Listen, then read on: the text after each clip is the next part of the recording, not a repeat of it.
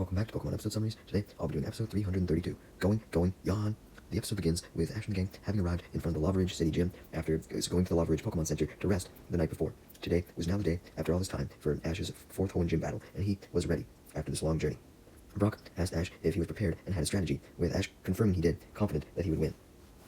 May was curious as to what Ash's strategy could be, questioning what Pokemon he'd be using, with Max suggesting that Ash was probably going to go for a water type since Flannery used fire types, and Ash confirmed this as he sent out his Corphish and stated that he would use Pikachu as well, since Pikachu was at least neutral to fire types. Corphish landed on the ground as soon as it was sent out and happily danced around, excited to battle.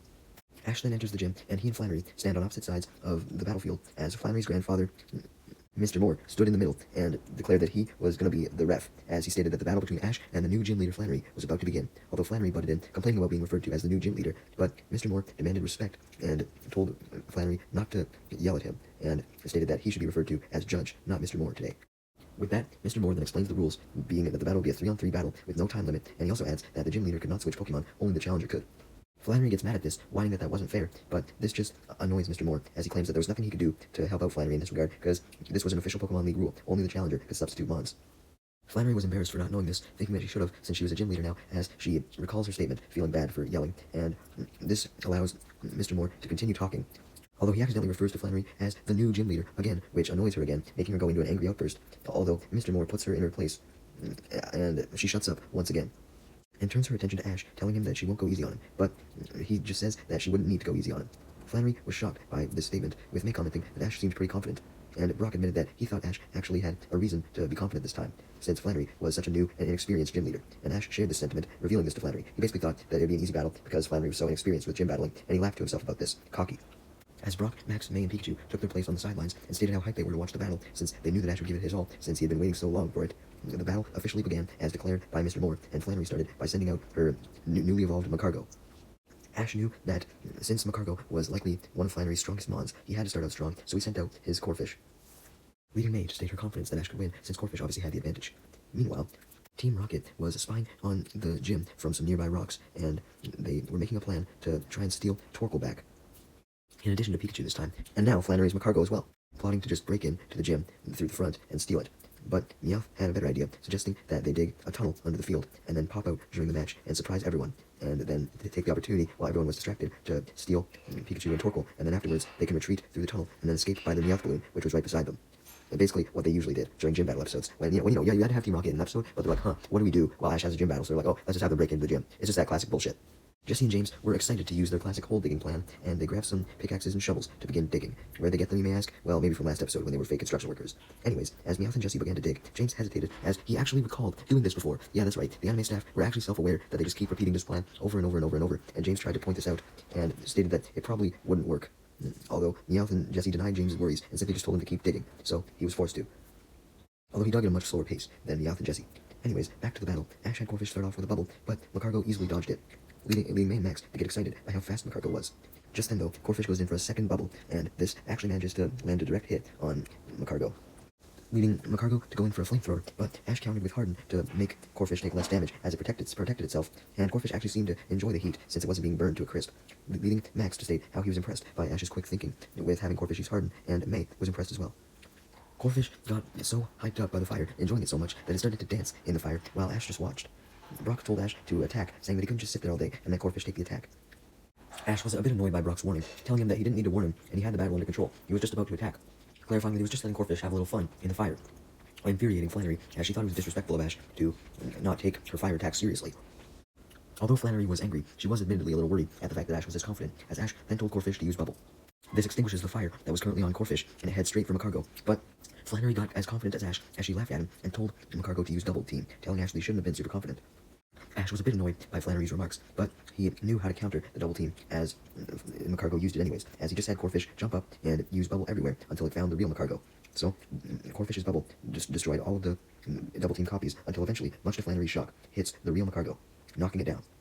Flannery was immensely disturbed by this, begging her Macargo to get up, as Mr. Moore wondered how Flannery planned to come back for this, not believing that it was possible she could win, although Flannery noticed Mr. Moore looking at her doubtfully, so Mr. Moore quickly turned around, trying not to reveal to his granddaughter that he wasn't confident about her winning, but Flannery was now aware of this, and was very nervous, because she wanted to impress her grandfather in this match to prove that she could take over as gym leader, but it wasn't looking good for her. To try and relax herself, though, she remembered back when her grandfather would always teach her about the responsibilities of being a gym leader and other lessons to make sure that she could one day take over for him, and she remembered a specific lesson about her grandfather telling her to stay calm no matter what, warning that if she couldn't, then she would make bad decisions. She then remembers, though, that before she could ask any more questions about this, she would fall asleep from boredom every time that her grandfather tried to teach her a lesson. And by the time she woke up, it was only because her grandfather had yelled at her, wanting to know if she heard what he said. So he was already done his lecture, and he didn't want to say it again because Flannery had fallen asleep. Flannery did want to show her grandfather, though, that she at least took in the part about staying calm no matter what, and she basically wanted to prove that she did listen a little bit, and that she's learned stuff from his teachings. Flannery seemed distracted in her thoughts, according to Ash, so he had Corfish go for a vice grip, but just before the vice grip could hit, Flannery used Reflect with Macargo to completely block the vice grip, shocking Ash as Brock scolds him for being too overconfident. Flannery was pleased with herself now, and she happily told Macargo to use a sandstorm, which caused a large amount of sand from the stadium to get thrown into a tornado formation, which throws Corfish back, as Macargo spins to bring up more sand. Ash told Corfish to not back down, though, as he told Corfish to use Bubble Beam, but Macargo just continued to use Sandstorm to shield itself now, and this meant that the Bubble Beam got deflected off of the Sandstorm. Corfish tries to trudge onwards to Macargo, but it couldn't outwit the Sandstorm, as the Sandstorm blows it back and almost out of the goddamn field. However, Corfish was knocked into the air, so Ash took the opportunity to have Corfish try a crab hammer while it was in the air. So Corfish did this, getting a crab hammer ready as it lowered itself down on Macargo, but Macargo simply spun around in a different direction to move the sandstorm so that it was pointing up, trying to stop Corfish from hitting the ground. But Corfish was able to power through the sandstorm and hit Macargo with crab hammer, knocking Macargo out as it fell to the ground, and Mr. Moore officially declares Corfish the winner as Flannery calls Macargo back, and Ash and Corfish cheer and dance, happy to have won the battle. Meanwhile, Team Rocket was working hard on their tunnel, with even James digging as best he could now. But as they were digging, they hit a water pipe, and this caused a geyser to blow Team Rocket out of the underground tunnel they were digging and blast them off. Anyways, back to the battle. Flannery then sends out her Slugma, hoping it could do some damage, while Ash decided to call back his Corfish for some rest. May questioned why Ash was doing this, as Corfish still had the advantage on Slugma, but Max and Brock stated that it must have been part of Ash's strategy, and he must have had a plan that involved using other Pokemon. And they eagerly awaited, wanting to see what Ash's next Pokemon would be. But much to May and Brock's confusion and Max's shock, Ash sends out Trico. Brock reminds Ash that Trico was weak against fire attacks, but Ash was still confident that Trico could win, saying that with the right combination of speed and attacks, Trico could still pull it off. Slugma starts things off with two flamethrowers, but Trico simply dodges them both, and then it goes in for a quick attack. But right before the quick attack hit, Slugma used Reflect to deflect the attack and knock Trico away. Ash was a bit confused, as he actually didn't hear Flannery order Slugma to use Reflect, and that's because she didn't. Reflect was a move that stayed in place now for a person's entire team for a little while, so once one Mon used Reflect, the entire team would be protected by it, leaving Ash's friends in shock at Flannery's awesome strategy of Reflect. Flannery then orders her Slugma to go in for another flamethrower, but Trico just dodges this and tries to attack with a pound, but Reflect was still in effect, so Trico just got reflected once again, leading Ash to now declare that he was going to focus on breaking the Reflect move so that he could actually land a hit. As for Flannery, she was somewhat worried about Trico's speed, fearing that maybe it could break through the Reflect, so she had Slugma use a Smog to cover the entire field with smoke, which allowed Slugma to hide itself, preventing Trico from hitting it, impressing Mr. Moore, who saw that Flannery was now gaining confidence and was less nervous. Max, however, was nervous for Ash. Ash has Trico try a Bullet Seed, but because of the smoke, Trico couldn't land the Bullet Seed because it couldn't see where Slugma was. Flannery was pleased by this and ordered her Slugma to use Body Slam, so it jumped up from the smoke, shocking Trico so much that it didn't have time to dodge, meaning that Slugma came down hard on it, as Flannery smiled, remarking that Trico's speed was no match for Slugma, as Trico was now injured pretty bad from the slam. Ash was pissed off by Flannery's remark and ordered Trico to use a Bullet Seed now that Slugma had revealed itself from the smoke, so Trico turned its head as only its body was entrapped by Slugma, and it launched the Bullet Seed right at Slugma's face. Slugma tried to stay on Trico, but it was in so much pain from the continuous Bullet Seed that it was forced to get off Trico. Slugma then uses a flamethrower on Trico, and although Trico was able to jump out of the way and dodge, since the flamethrower was so hot, the heat that wasn't even directly from the attack was able to burn Trico's leg pretty bad, leading Brock to point out that Trico would be a lot slower now. Mr. Moore was impressed by his granddaughter and wondered what Ash would do next. What Ash did next was recalling Trico back to its Pokeball for now for a rest and substituting Corfish back in, since Corfish was likely ready to go now. Slugma then tries to do the same thing that it did to Trico, which was use a Smog to conceal itself in smoke and then sneak up on Corfish and slam on it, but Corfish was able to quickly get rid of the smoke by spinning while using Crab Hammer. Seeing how Slugma was caught off guard, Corfish tried to use a Vice Grip, but before the Vice Grip could land, Flannery had Slugma use Yawn as a pink bubble came out of Slugma's mouth and hit Corfish, causing it to stop its Vice Grip and fall to the ground to sleep. This made Flannery pleased, as she joked that despite Corfish being a water type, it wouldn't have the advantage while it was sleeping. Mr. Moore actually laughed at this joke, impressed that Flannery actually did have the advantage now. Ash begged relentlessly for Corfish to get up, but Corfish could not. It was just not even hearing him. It was fully asleep. With Corphish asleep, Flannery had her Slugma use a flamethrower to knock the sleeping Pokemon back. Ash tried to wake it up one more time, and he figured that the flamethrower may wake it up because of the pain, but Corphish was still sound asleep, so Ash had no choice but to recall it for now. Ash debated who he was going to send out next, Trico or Pikachu, but he came to the conclusion that since Trico was still burnt, it probably wasn't the best idea to send it out. And as if on cue, Pikachu knew this, and it leaped onto the battlefield, ready to go. Slugma then starts off by going for a flamethrower, but Pikachu uses Quick Attack to dodge, and then turns Quick Attack into an actual attack, as it manages to slam into the Reflect and break through it, since he was at maximum energy. With the Reflect gone, Flannery knew that she couldn't allow Pikachu to hit Slugma anymore, so she told Slugma to use Smog to hide itself in the smoke. Then, Flannery planned to have Slugma catch Pikachu off guard by suddenly jumping out of the smoke to attack it, but Ash foresaw this coming and told Pikachu to listen for Slugma, and when Pikachu heard Slugma moving, it managed to find him in the smoke and hit him with an Iron Tail. Flannery was surprised by Pikachu being able to sense Slugma and its location, but it didn't really matter because Slugma was just able to dodge the Iron Tail and then burn Pikachu with Flamethrower. Despite Pikachu's injuries, it barely managed to get up, and it unleashed a powerful Thunderbolt, as Flannery just smiled, taunting that Thunderbolt would never connect with Slugma while it was hidden in the smoke.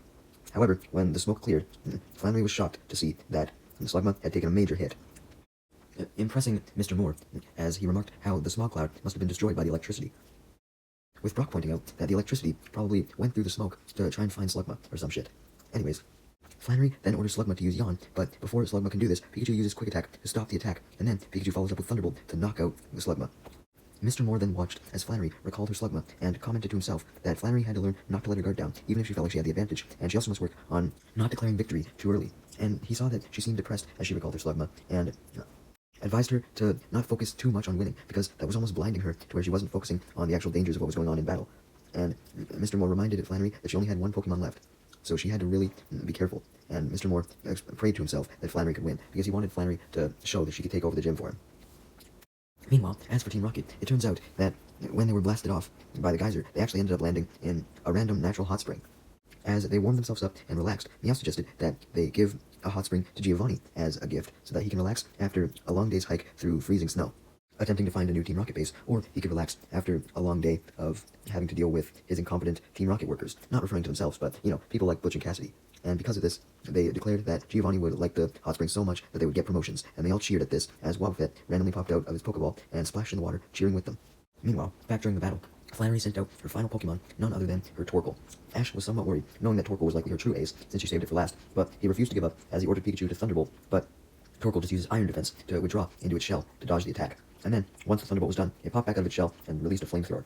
Although Pikachu dodges and goes for an Iron Tail, but Torkoal just withdraws into its shell with Iron Defense again. So, when Pikachu's Iron Tail hit the shell, it just bounced right off, and Torkoal then popped back out of its shell and released a Sludge Bomb, immediately followed by two more, and while Pikachu was able to dodge the first two, the third one hit it directly, knocking Pikachu back.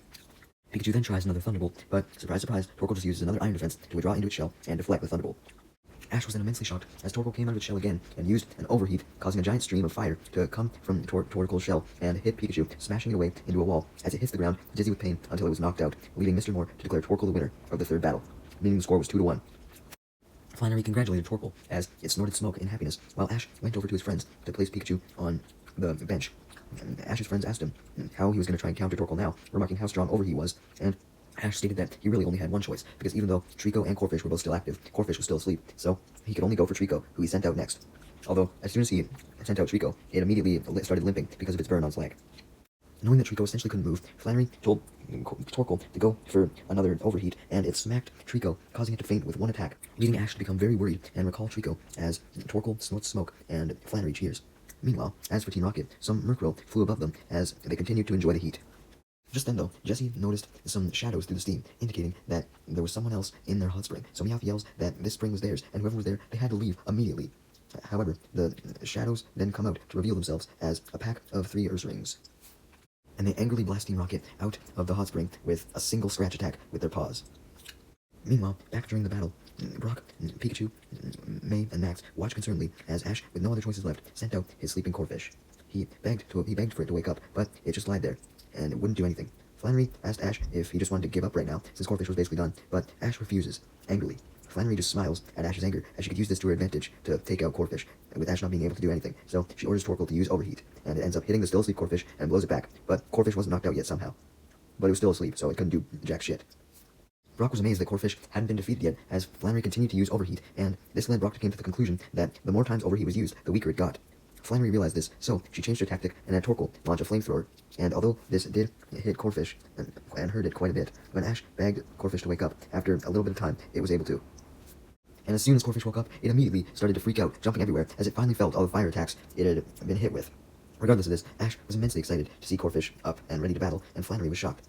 Ash then ordered Corfish to go for Vice Grip, but Torkoal just used Iron Defense to withdraw back into its shell again, and this just caused the Vice Grip to bounce off. Torkoal then pops back out of its shell and goes for multiple sludge bombs in a row, which absolutely batter Corfish, although Ash just tells it to break free by using a crab hammer, which manages to break all of the sludge bombs. But when Ash tells Corfish to now aim a crab hammer at Torkoal, Torkoal just goes back into its shell with Iron Defense again.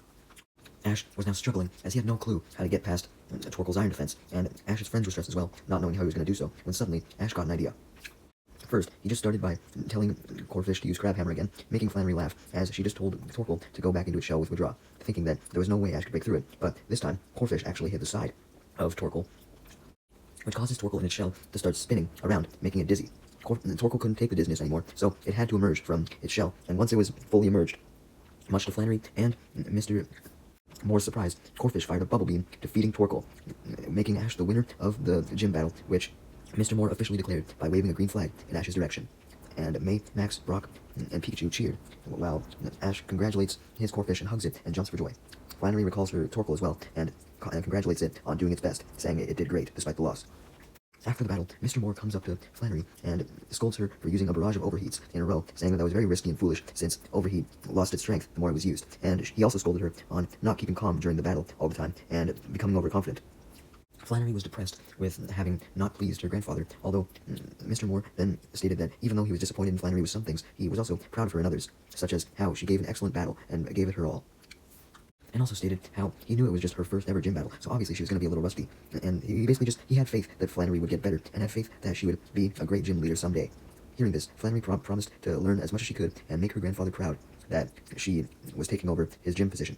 Flannery then got a bit flustered, as her grandfather officially declared that Flannery permanently owned the gym from now on, and she thanked him for this, and promised to do her best to follow his footsteps, with Mr. Moore stating his confidence that Flannery would eventually become as good a gym leader as him, if not better. Flannery then comes up to Ash and congratulates him on the win, admitting that it was a great battle, and she awards him with his 4th Hoenn Gym badge, the Heat Badge, as Ash then jumps up with joy and does his victory pose with the badge with Pikachu and Corfish, and May, Max, and Brock congratulate him as he shows the badge to Pikachu, who was enamored by it.